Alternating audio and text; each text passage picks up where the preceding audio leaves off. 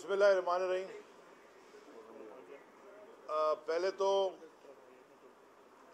खुरम आ जाओ आ जाओ आ जाओ आ जाओ खुरम आ जाओ, एक चेयर लगा ले। खुरम इधर बैठ जाओ ना।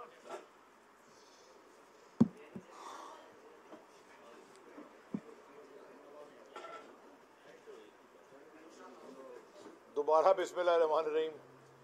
पहले तो आप सबसे माजरत कि हम लेट हो गए। वो मेरी गाड़ी को स्विमिंग करना नहीं आती। अगर या किश्ती होती मेरे पास तो मैं कयूमाबाद से जल्दी से निकल जाता। आपको पता थोड़ी सी बारिश हो गई है तो आपको पता है वो दुनिया भर में तो बारिश रहमत होती है, लेकिन माशाल्लाह हमारे यहाँ कराची के अंदर ख़ास तौर पे वो हल्की फुल्की भी बारिश हो जाए वो जहमत बन जाती है, आपके लिए भी हम सब के लिए। और वो कहते हैं कि जी हमने घर घर पानी पहुँचाने का वादा पूरा कर दिया। मैं आपको यकीन से कह सकता हूँ कि मुझे बड़ा, मेरे घर में तो पानी पहुँचाने का वादा इन्होंने पूरा कर दिया। घर के अंदर ही पहुँचा देते हैं पानी है, गैराज वराज के अंदर हर जगह, ड्राइंग रूम तक, डिफेंस में। और मैं समझता हूँ ये जो लो लाइंग एरियाज़ हैं कराची के और ये जो अनडेवलप्ड एरियाज़ हैं, जो इलाके हैं, वहाँ बेचारे क्या हम देखते हैं वहाँ जाके हाल, और आप लोग भी देखते होंगे, तो वहाँ जितनी तबाही है वो तो यानी इसका अजाला तो उनको भरना पड़ेगा। कल के जो पंजाब के बाई इलेक्शन हैं उससे बात शुरू कर लेते हैं। कौम को बहुत बहुत मुबारक हो। वो एक अल्लामा इकबाल का शेर है, मैंने ट्वीट भी किया था, मैं दोबारा पढ़ लेता हूँ कि वो तौहीद की अमानत सीनों में है हमारे, आसान नहीं मिटाना नामो निशान हमारा। यानी कि पूरी पाकिस्तान के सारे चोर एक तरफ, सब केसेस कैबिनेट 80% बेल पे बाहर, और एक foreign funded imported government regime change के तहत आके बैठ गई और उसने 3 महीने में पाकिस्तान का हर तरीके से बेड़ा गर्क कर दिया। यानी कि माशी तबाही कर दी, मॉरल तबाही कर दी। नैब के कानून सारे अपने लिए उन्होंने किया उन्होंने सिर्फ जो काम किया कि नैब के अपने सारे केसेस माफ़ कराने की पूरी कोशिश की। ईवीएम्स के ऊपर जो वोटिंग मशीन्स हम कर रहे थे डिजिटाइज करके, इलेक्ट्रॉनिक वोटिंग से ट्रांसपेरेंसी आ जाए ताकि झगड़ा ही ख़त्म हो, वो उन्होंने रिवर्स कर दिया। ओवरसीज़ पाकिस्तानीज़ की वोटिंग का वो उन्होंने रिवर्स कर दिया। अपनी ज़रूर करप्शन के वो बना लिए और मईशत का बेड़ा गर्क कर दिया। इन्फ्लेशन आसमान पे पहुंच गई, रुपया गिर गया। कुछ इनको समझ नहीं थी कि इन्होंने करना क्या। कोई इनकी लॉन्ग टर्म ना स्ट्रेटेजिक प्लान था ना कुछ था। मैं सिर्फ एक बात करके आगे बढ़ूंगा कि देखें, अगर चले इनको पूरा 1.5 साल भी मिल जाता तो कोई इनसे बात नहीं करने लगा था, क्योंकि 1.5 साल की कोई दुनिया में बिजनेस 1.5 साल की प्लानिंग पे नहीं चलते। जब आपके पास एक पॉलिसी मेकर्स आते हैं, हुकूमत का, फेडरल गवर्नमेंट का काम तो पॉलिसी मेकिंग है, तो फिर 5 साल का विजन लिया जाता है और उसके बाद का विजन लिया जाता है। लॉन्ग टर्म स्ट्रेटेजिक प्लानिंग होती है। इनको तो यही नहीं पता था कि 1 महीना रुकेंगे, कि 6 महीने रुकेंगे, कि 2 हफ्ते रुकेंगे। तो सारे वजीर हमसे राब्ते में इनके कुछ थोड़े बहुत, वो आगे कहते हैं जी अभी हमें तो ये नहीं कर रहे, हमें तो पता ही नहीं हम कितने दिन है। वो पब्लिकली नहीं बोलते लेकिन हमें तो प्राइवेटली बोलते हैं। तो कौम को मुबारक हो कि इमरान खान ने और पाकिस्तान तहरीक इंसाफ ने एक दफ़ा फिर ये बता दिया कि जब अल्लाह पे ईमान होता है, आपकी नीयत साफ़ होती है, आपका माजी साफ़ होता है, आपके मुस्तकबिल की आपने प्लान दिया होता है, तो कौम जो इतने दफ़ा कौम को गलत रास्ते पर चढ़ा, बेवकूफ़ बनाया गया, अब ये कौम बेवकूफ़ नहीं बनेगी। और जिस तरह की कल विजुअल्स आपकी मीडिया चैनल्स पे चल रही थी, बुज़ुर्ग हजरात, माजूर हजरात, वो एक मैंने देखा एक खातून, बूढ़ी खातून, वो एक और खातून के कंधे पे चढ़ के बेचारी आई है, उन्होंने भी वोट डाला है। इतनी मूविंग इमेजेस थी। तो कौम को मुबारक हो, ज़बरदस्त काम किया है पंजाब के हम आपने, पाकिस्तान का सर फ़ख्र से बुलंद किया। अब कराची की बारी है। इंशाअल्लाह 24 तारीख को, आज से कुछ दिन बाद, 8 साल बाद बल्दियाती इलेक्शन का फ़ेज़ 2 हो रहा है। फ़ेज़ 1 की जितनी, खैर मैं तो ये नहीं कह रहा चाहिए कम बात करूँ, कम है, क्योंकि नज़र आ गया कि फ़ेज़ 1 कैसे हुआ था।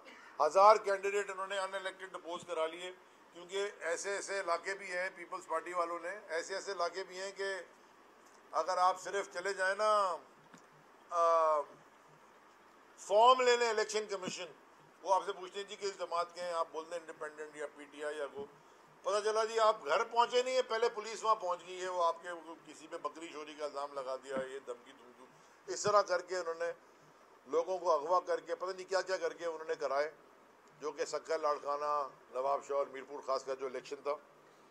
लेकिन अल्हम्दुलिल्लाह हमने आपसे कहा था कि हम दोबारा और पक्की स्ट्रैटेजी के साथ आएंगे। ये जंग हमने बंदूक से नहीं लड़नी, हम अमन पसंद लोग हैं, ये जमात अमन पसंद है, हम पे जो मर्जी तशद्दुद कर। हम सुबह बाय द वे यहाँ कम से कम 1 2 3 4 खुर्रम भाई 5, हम 5 तो आपको पता है ना दहशतगर्दी के कोर्ट से सुबह, हम तो पहले बेल पे दहशतगर्द हैं सारे, हम पे एटीए कटी हुई, तो हम सुबह वहाँ जाके ये करके आए हैं। बाबर गौरी बिल्कुल दहशतगर्द नहीं है, इमरान रियाज दहशतगर्द है, अरसलान कुमन तो वैसे ही मुझे इससे डर लगता है, और खुर्रम से भी हम डरते हैं, तो ये देखिए तो दहशतगर्द है। हाँ किसका फैमिली के, तो वहाँ जाएंगे खुर्रम, तो बड़ा ये रोज़ की इस तरह की कराची में चलती हैं चीज़ें। अच्छा जी, एक तो ये 24 तारीख का इलेक्शन, अब मैं इसमें 3-4 चीज़ें बताना चाहता हूँ, और मैं कौम को ख़ास तौर पे कराची वालों को बताना, ये 2-3 ऐलानात। पहला तो कराची वालों से एक आजिज़ाना गुजारिश है कि 246 यूनियन काउंसिल्स में जो कराची में हैं, 241 पे तहरीक इंसाफ के पैनल्स उतरे हैं, बल्ले के निशान आपको मिलेगा। कैंडिडेट को छोड़ें, जो कैंडिडेट है वो इमरान खान का टाइगर है, और वो इलेक्ट होके आपकी खिदमत करने के लिए तैयार है, नहीं करेगा तो पार्टी के अंदर एक पूरा सिस्टम है जो कि वो डिलीवरी कराता है, जो हमने फेडरल गवर्नमेंट में भी किया है, बड़े सारे वजीर आए गए, ये वो एक पूरा सिस्टम है बना हुआ परफॉर्मेंस का। आपने ना जैसे पंजाब में हुआ, उनकी एक कामयाबी की एक वजह थी कि सब निकले वोट देने, और जल्दी निकले, और सुबह से ही इन्होंने जाके यानी कि सुस्ती नहीं की, सुबह सुबह जाके वोट उन्होंने अपना कास्ट किया। हिस्टोरिक टर्न अराउंड हुआ है बाई इलेक्शन में, ये सही कह रहे हैं, तारीखी पोलिंग हुई है, वरना बाई इलेक्शन में 15% 18% होती है। अभी कराची में हुई है बाई इलेक्शन NA 240 का, वहाँ 8% वोटिंग हुई है, खैर वहाँ तो पीटीआई थी नहीं। अब 24 तारीख को सुबह जल्दी निकलना है, बारिश हो धूप हो जो मर्जी हो, एक दिन की तकलीफ बर्दाश्त कर लें, 5 साल तक हम आपको खिदमत करके देंगे, और इस शहर का नक्शा बदल के देंगे, क्योंकि यहाँ तो नक्शा ही कोई नहीं है, तो जिसकी जो मर्जी वो कर रहा है। हम इसको एक प्लान कर,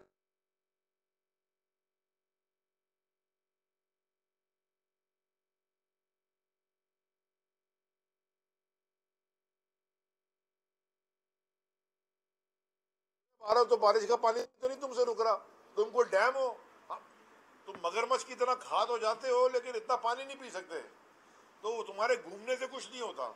ये पहले से प्लानिंग होती है। नाले तुमसे साफ नहीं होते, यानी कि फेडरल गवर्नमेंट आके आपकी औरंगी नाला और गुज्जर नाला और महमूदाबाद नाला वो साफ भी करे, रिटेनिंग वॉल भी बनाए, रोड भी बनाए, इंक्रोचमेंट भी हटाए, SDG फंड से सारे इलाकों में पेविंग भी कराए, पानी की लाइनें भी दे, गटर लाइन भी साफ कराए।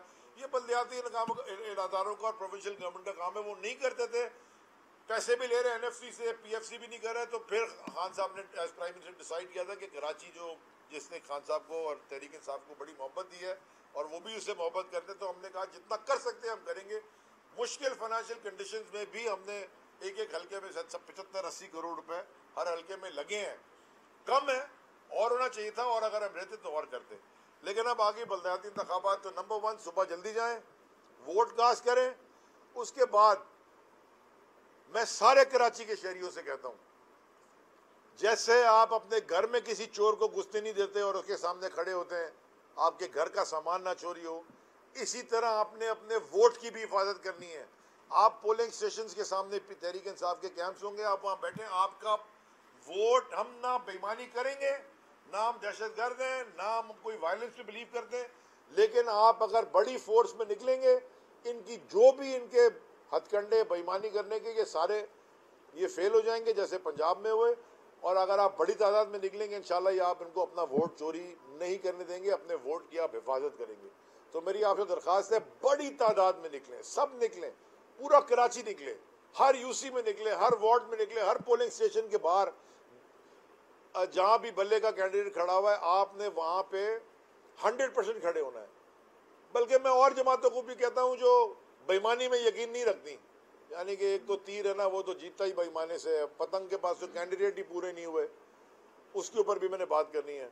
लेकिन एक जमात इस्लामी भी इलेक्शन लड़ रही है, उनको भी उनसे भी मेरी दरख्वास्त है वो भी अपने लोगों वहां खड़ा रखें, नजरिए के ऊपर वोट पड़ेगा इंशाल्लाह, लेकिन बेईमानी ना हम करेंगे ना किसी को करने देंगे। दूसरा एक बड़े मजे की बात हो रही है जी, 19 तारीख यानी कि कल इलेक्शन कमीशन ऑफ पाकिस्तान में ये पहुंच रहे हैं, सिंध गवर्नमेंट भी इनके साथ है, वसीम अख्तर साहब भी हैं, यानी कि तीर और पतंग दोनों वहां पहुंच रही है। और वो कह रहे हैं कि जी जब तक अमेंडमेंट ना हो तो इलेक्शन नहीं होने चाहिए।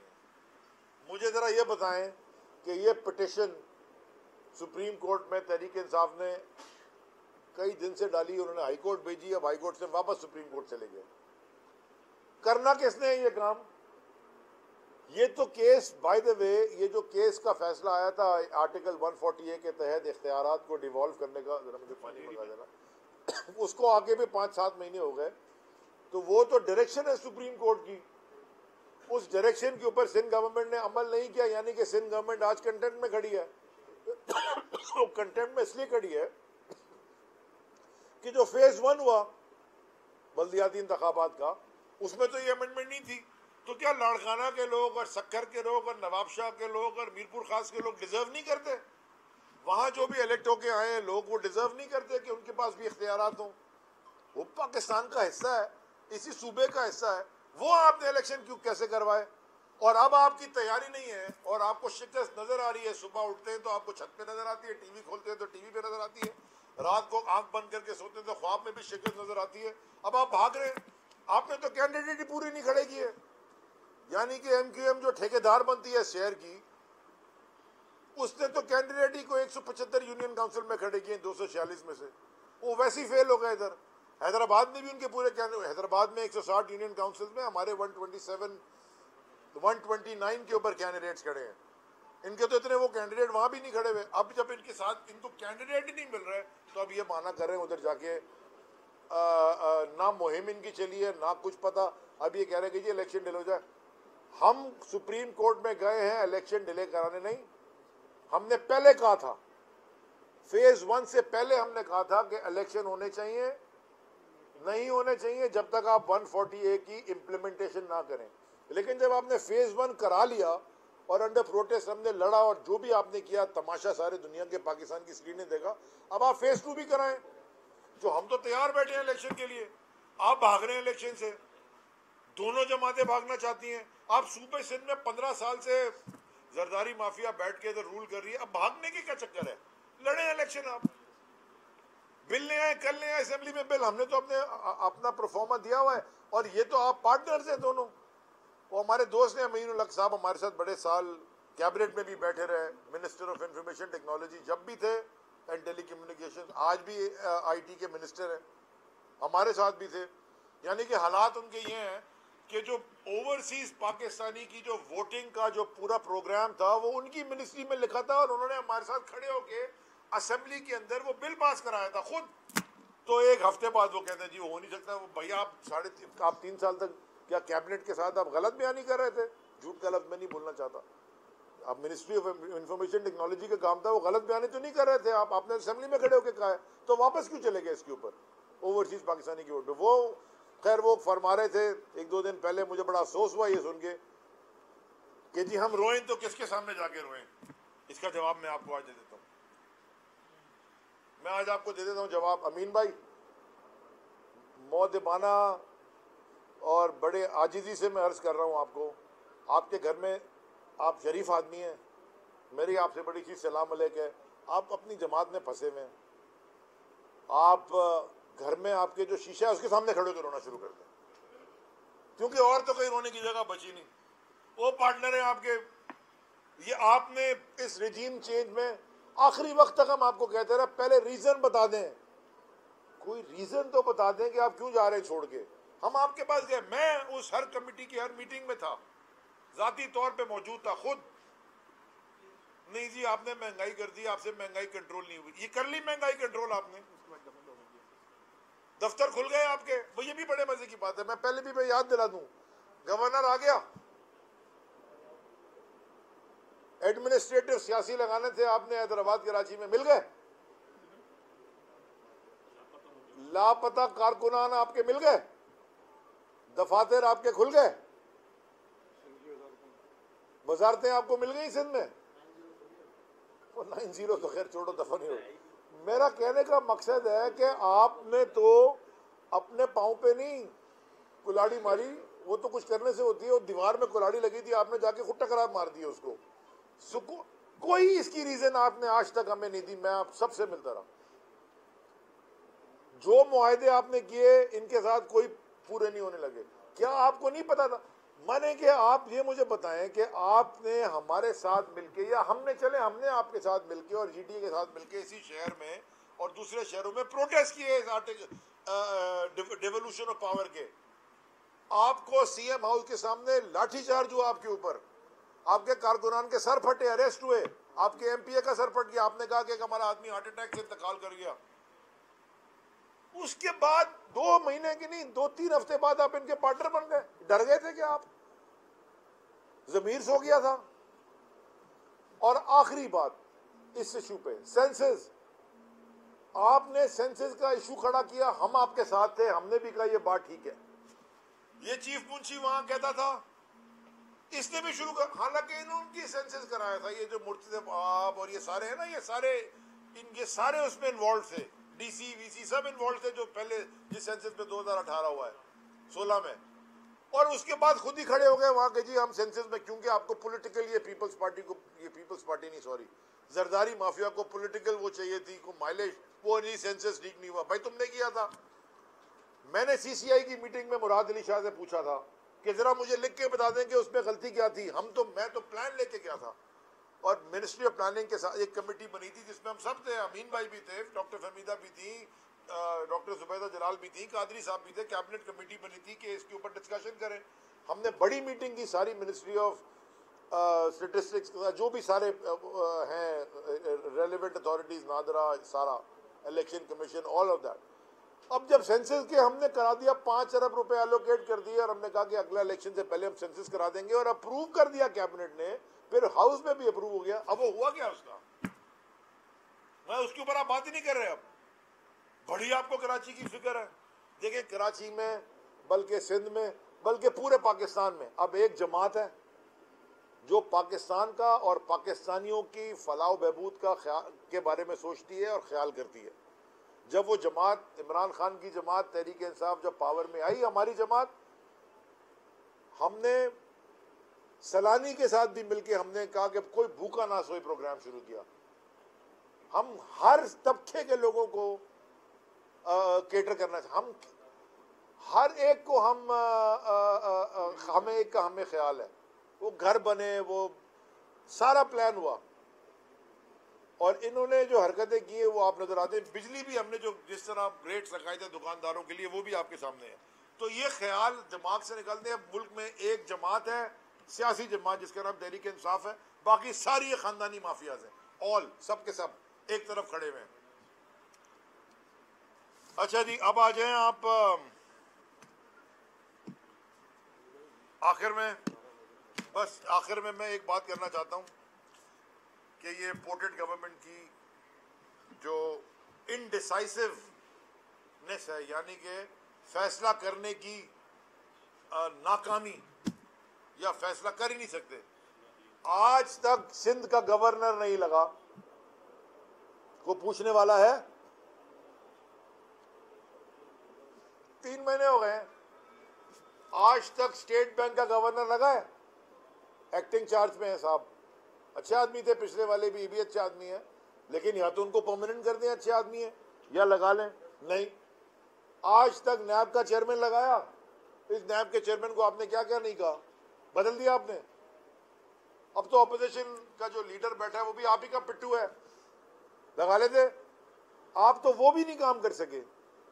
सिर्फ और सिर्फ आपने IMF से पैसे लेने के लिए पाकिस्तानियों की कमर तोड़ दी, पेट्रोल की कीमत आसमान पर चढ़ा के, एनर्जी की कॉस्ट आसमान पर चढ़ा के, इन्फ्लेशन करा के, ऊपर से लोड शेडिंग करके कराची में मिफ्ता 350 मेगावाट हमने दी थी एक्स्ट्रा ताकि कभी इस शहर में बिजली की लोड शेडिंग कम हो और ट्रेड बढ़े, वो भी तुमने बंद कर दी। अब जो तुम्हारे साथ इंशाल्लाह हाल होगा, ये सारी जमातों का ये मुझे अब डर है और खदशा है। और इस बात पे मैं इख्तिताम करूंगा दो बातों का, एक सवाल है और एक खदशा है। खदशा मुझे ये है कि जल्दी से आपको बड़े बड़े लीडरान की कमर में दर्द नजर आएगा, किसी के हाथ में लाठी नजर आ जाएगी, ऐसे ऐसे ओहो मुझसे चला नहीं जा रहा, कोई व्हील चेयर पे आ जाएगा, किसी को कोविड हो जाएगा, को पता नहीं क्या हो जाएगा, कोई सारी दुनिया की बीमारियां भी हो जाएंगी। और ये सारी वो बीमारियां होंगी जिसका पाकिस्तान में तो क्या लंदन में भी कोई इलाज नहीं है। जैसे पाकिस्तान में तो क्या लंदन में कोई प्रॉपर्टी नहीं थी ना, अब इनका इलाज ही नहीं होगा। वो ये बोलेंगे जी पता नहीं एक दुनिया में मुल्क है अमेरिका, वहाँ इलाज है, या लंदन के एक अस्पताल, पूरे दुनिया में बस वही अस्पताल करता है इलाज, क्योंकि इनकी प्रॉपर्टियां वहाँ हैं और ये सारे वहाँ भागने की तैयारी करेंगे। नंबर 2, मैं शहबाज शरीफ तुमसे सवाल पूछना चाहता हूँ, इस्तीफा मॉरल अथॉरिटी खो चुके हो, तो इस्तीफा इज्जत से खुद दोगे या फिर के बाद देखें क्या होगा। और आखिरी बात फिर मैं कह रहा हूं मीडिया वाले रिकॉर्ड कर ले ताकि मेरा बाद में मजाक उड़ाएं।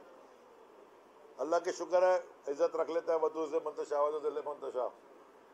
तलत भाई खास तौर आप सुन ले, आप पूछेंगे, मैं कह रहा हूं आसिफ जरदारी, जो तुमने हमारे सूबे की आवाम के साथ किया है, इंशाअल्लाह मैं कोई आए ना आए, मैं अकेला भी रह गया ना, मैंने भी इमरान खान से इंस्पिरेशन ली है, मैं तुम्हारे पीछे आ रहा हूं पूरे सिंध में, और इंशाअल्लाह अगली हुकूमत में तहरीक इंसाफ की तुम्हें सिंध में बना के दिखाऊंगा इंशाअल्लाह। और खान साहब की क़यादत में हमें बिल्कुल डर नहीं लगता, हमारी जिंदगी मौत अल्लाह के हाथ में है, हम डायरेक्ट तुम्हारे पीछे आ रहा हूं। एक एक केस तुम्हारा मैं रोज बैठ के अगर मुझे करना पड़े, तुम्हारे न्यूयॉर्क के अपार्टमेंट से लेके और मीर मुर्तजा के कत्ल तक, मैं रोज कौम को याद दिलाऊंगा कि तुम चीज क्या हो, कि बैम्बिनो सिनेमा के जाली टिकट बेचते हुए ब्लैक तुम कहां पहुंच गए। I am coming after you buddy, so watch me. हाँ, जलसा 2 जलसे होने जा रहे जी, खान साहब आ रहे कराची, 20 तारीख को हैदराबाद में ग्रैंड जलसा कर रहे हैं, और इंशाल्लाह 21 तारीख को कराची में, हमने पहले सोचा था कि हम 4-5 जलसे करेंगे कराची में, 22 तारीख को, सॉरी 21 तारीख को हैदराबाद और 22 तारीख को कराची। हमने पहले सोचा था कि हमारी पूरी टीम का ये ख्याल था कि हम क्योंकि लोकल बॉडीज हो रहे जलसे करेंगे, लेकिन कल रात की माशाल्लाह जो स्वीपिंग विक्ट्री है, क्लीन स्वीप के बाद अब हमने कहा है कि हम एक बड़ा पावर शो करेंगे इंशाल्लाह 22 तारीख को कराची में। आज से मैं पूरी तारीख को पूरे कराची को दावत दे रहा हूँ, 21 को इंशाल्लाह हैदराबाद में और 22 को इंशाल्लाह कराची में। जना पान 21 और 22 को जना कराऊँ और 22 को बड़ा और कहाँ होगा, 10 ही कर ले, 21 को हैदराबाद और 22 को कराची। 21 को हैदराबाद और 22 को कराची। जना उससे बड़ा ग्राउंड ही नहीं है। उससे बड़ी जगह दिखा दे तो वहाँ कर लेते हैं। आप में से कोई उससे बड़ी जगह बता दे जहाँ शहर के बीच में। हाँ, समंदर में तो पानी अभी और बढ़ रहा है। चलो ज्यादा माशाल्लाह इतनी बड़ी बातें हुई हैं, आपको यकीनन मुबारकबाद हो, बड़ी विक्ट्री मिली है पंजाब में। लेकिन मामला जो है वो अब भी कंफ्यूजन का शिकार है। आप भी बगैर तैयारी के आए थे और ये भी लगता है कि बगैर तैयारी के आए। अब क्या प्लान है, किस तरह पाकिस्तान की मईशत को किस तरह मसाइल से निकालेंगे? अब भी आपके पास कोई टीम तो नजर नहीं आती सिवाय खान साहब।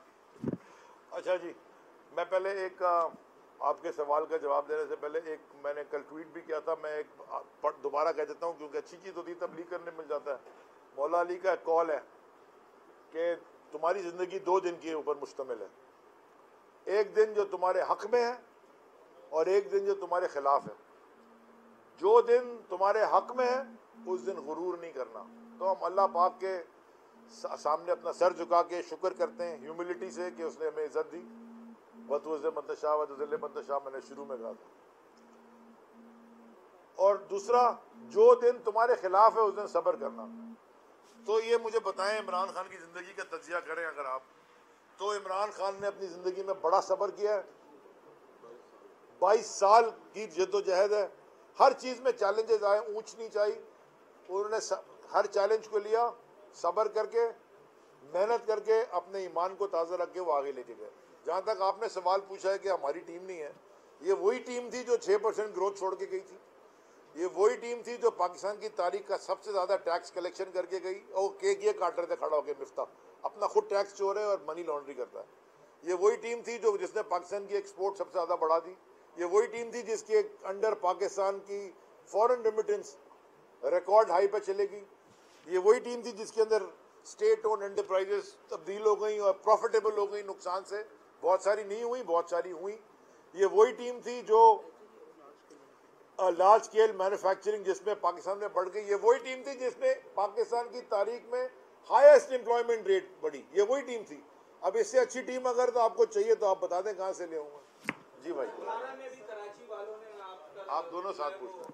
एतमाद जाहिर किया, अभी भी आपने भरपूर अपील की आवाम से वोट देने के लिए। पर जो 1100 अरब की बात कर लें, 18 के बाद आप 3-4 साल वफाकी हुकूमत में भी रहे, कराची के हालात तो फिर भी नहीं बदले। अगर ग्राउंड रियलिटी की बात करें, मुझे यकीन है आपके पास 1100 अरब की बड़े रीजन होंगे, वो दलाइल होंगे। पर अगर ग्राउंड रियलिटीज की बात कर रहे हैं तो आज भी सड़कें डूबी हुई हैं, आज भी सड़कें टूटी हुई हैं, ट्रांसपोर्ट नहीं है, 10 मसाइल हैं। तो इस बार फिर आपने कौन से अपील की है वोट देने की, कैसे एतमाद किया जाए? दोनों का जवाब दे दूंगा।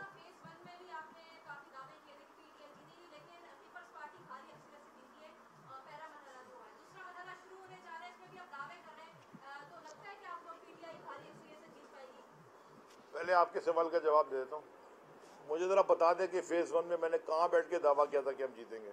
मैंने ना बता दें मुझे, कोई मेरी प्रेस कॉन्फ्रेंस, कोई ट्वीट ही बता दें। मैंने ये कहा था फेज़ 1 ये इब्तदा है, इंतहा नहीं है। सिंध में हमने कदम रखा है। पहली दफ़ा हमारे इतने कैंडिडेट्स खड़े हुए हैं तारीख में पीटीआई की, उन 4 ज़िलों में कभी भी नहीं खड़े हुए। अल्लाह के करम से हम सक्खर में भी कुछ हमने यूसीज निकाली हैं, नवाबशाह में भी निकाली हैं, मीरपुर खास में भी निकाली हैं, और उमरकोट में भी, और लाड़काना में भी अमीर बख्श भुट्टो साहब के पास वहाँ से भी हम जीते हैं। बहुत सारे ना जीते, लेकिन हमारा फुटप्रिंट आ गया है। दादू में आज हम 20 से ऊपर, अभी जो ये फेज़ 2 है, अनकंटेस्टेड आ चुके हैं। हाँ, पीपल्स पार्टी भी आई है, लेकिन वो उनका गढ़ है, सीएम वहाँ का है, लेकिन हम वहाँ 20 अनकंटेस्टेड हम आ चुके हैं। जो आपका सवाल है साथ, देखें उस 1100 में से फेडरल गवर्नमेंट का था हिस्सा 650, बाकी 450 कहाँ, जरा ये पता कर लीजिएगा। अगली दफ़ा ज़रूर ये बैठेंगे ना आपके सामने, कोविड से ठीक हो जाएगा वो तो बैठेगा। जो 650 था, तो जो आपको मैंने ये जो अभी आप देखें, ये रोडें बनाने का काम, कचरा उठाने का काम, नाले बनाने का काम, ट्रांसपोर्ट चलाने का काम, ये हमारा नहीं है, फेडरल गवर्नमेंट का नहीं है। ये एनएफसी अवार्ड के थ्रू सूबे को मिलते हैं, सूबों ने करना है। मुझे बताएं, इस शहर में 15 साल से ये हुकूमत करते आए, उससे पहले 30 साल से वो दूसरे करते आए थे आपके। जरा मुझे बता दें, एम्बुलेंस तो खरीद, एम्बुलेंस छोड़े, फायर ब्रिगेड तो वो खरीद नहीं सके, वो भी हमने ला के दिए हैं। 50 से ज़्यादा फायर ब्रिगेड जो आई हैं, स्टेट ऑफ द आर्ट, जो, और वो जो इनको दिए वो नहीं चल रही। जो एसोसिएशंस ने लिए, यानी कि कुरंगी हो गई है, जो एसोसिएशंस ने अपने लिए वो चल रही हैं। इनको दिए, वो पानी भी चोरी हो गया, टायर भी चोरी हो गया, पाइप भी चोरी हो गया, इनके घर बन गए। कमाल की बात यह है, ये सवाल आप उनसे जरूर पूछें कि भाई साहब ये काम तो फेडरल गवर्नमेंट ने किया, नाले बनाए ना, महमूदाबाद नाला, मैं आपको तस्वीर दिखाता हूँ, साफ सुथरा, रोड भी बनाई साथ में। इनका एक काम था कचरा उठाना, वो सारा कचरा उठा के असेंबली में उन्होंने मेंबर बना दिया, लेकिन महमूदाबाद नाले का कचरा नहीं उठाया।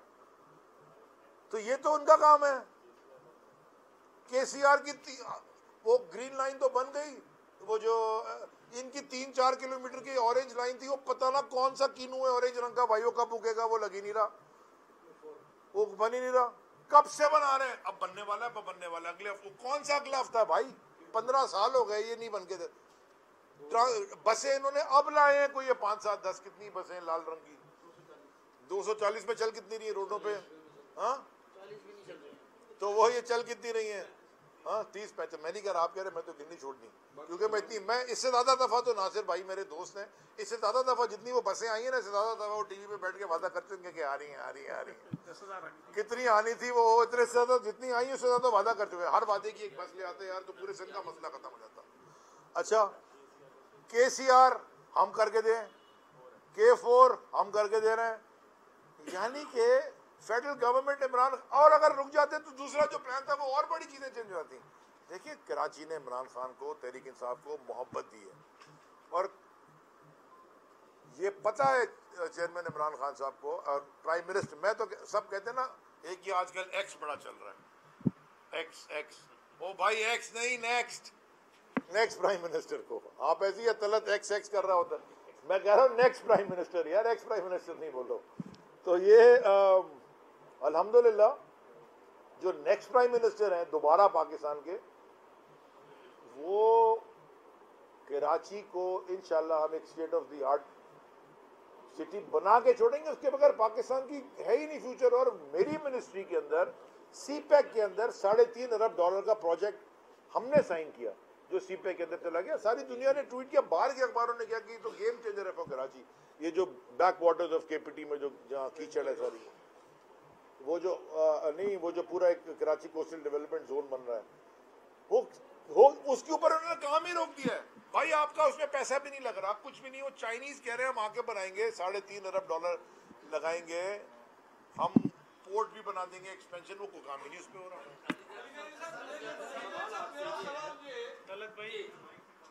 जश्न मनाया जा रहा है जो पंजाब के ज़मीनी इलेक्शन PTI ने जीते हैं, तो एक जानबदार जो इलेक्शन कमीशन है, हमेशा से इमरान खान के बयानी में ये बात रही है कि वो जानबदार है, तो उसकी सरबराही में कराए गए इलेक्शन को आज किस तरह से आप खुशियाँ मना रहे हैं कि हम जीते। तजिया निगार ये कहते हैं कि जो नून लीग है उसकी स्ट्रेटजी जो थी वो ये गलत थी कि जो लूटे हैं उनको टिकट दिया। तो आपका मौक़िफ़ इस हवाले से, दोनों सवालों के हवाले से। देखें, दूसरे सवाल का जवाब ये है कि PML नून इन्होंने लाए राजून, उनकी स्ट्रैटेजी आप उनसे पूछे, मेरा क्या काम है, मुझसे तो नहीं पूछ रहे वो। नंबर 1, हमसे तो पूछ के टिकट नहीं दिया। और जो आपने क्या, मैंने तो आपसे पहले कह दिया, पाकिस्तान की सारे चोर और सारी फोर्सेज एक तरफ, इमरान खान और तहरीक इंसाफ एक तरफ, अल्लाह ने जिताया। तो ये तो बड़ा आसान है, जल्दी से। वह इलेक्शन कमीशन भी उनके साथ बायस है ना, हम तो कह रहे हैं, इसमें छुपने की क्या बात है। और कल जो सेलिब्रेशन थी ना पंजाब वाली, वो यहाँ की प्रैक्टिस थी, क्योंकि इंशाल्लाह 24 को भी होगी और 27 को महमूद मौलवी जब जीतेंगे दोबारा होगी। लास्ट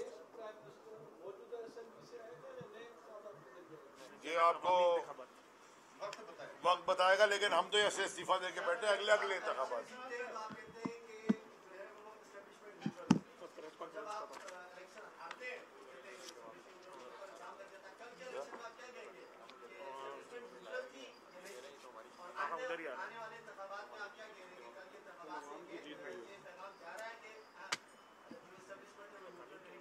सीटें हमारी गई हैं, 20 सीटें तहरीक इंसाफ जीती थी, तो वो 20 सीटों में से वही हमारी सीटें हमें वापस मिली हैं।